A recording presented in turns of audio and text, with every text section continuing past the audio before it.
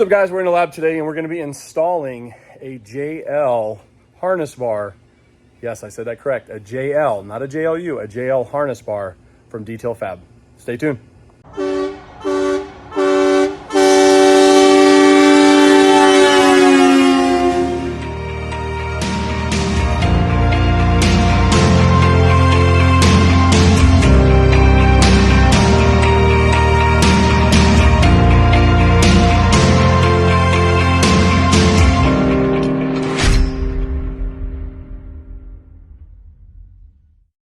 So guys, so today we are installing a harness bar for a JL, and yes, a JL. Now, it was almost impossible to find one. Matter of fact, it was. Looks like at the moment, as of July 23, nobody is making it for a JL two-door.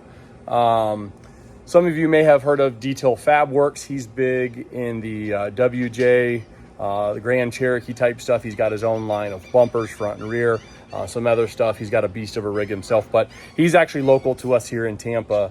So we had a problem where we couldn't find a part.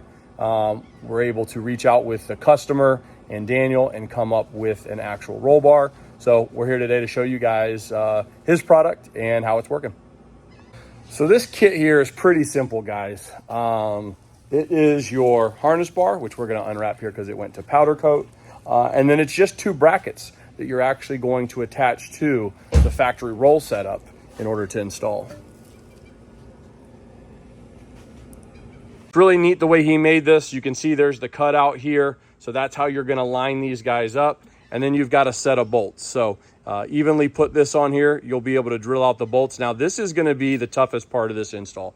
If you haven't tried to drill into the JL roll bar, you're in for a surprise. Some people have done like the high lifts on the back. You've had to drill into them, but this stuff is no joke. Last time I drilled into one of these JL roll bars, I actually had to use a diamond glass bit. I know people say, oh, Cobalt's good. Man, I tried the Cobalt, not the Lowe's brand, but the actual Cobalt steel bolt, drill bits. They didn't work. The Lowe's, I think, had a variety pack and they look kind of like an arrow. And they're like a diamond bit, and this one was a variety pack, so it had smaller, and I actually had to start with the smaller one and then slowly step my way up. And honestly, just to put about 6 bolts on each side of that roll bar, I went through 2 packs of those. So I recommend getting 2 because it does eat them up. Once you get a hole, nice hole, then you can kind of get in there with a drill bit, but yeah, drilling in the JL roll bars is not fun. Once you have all the holes drilled, guys, you're going to actually insert nut certs with it. So he's got 4 nut certs here. We've got all the washers, the hardware. We did, of course, put a little bit of anti-seize in there.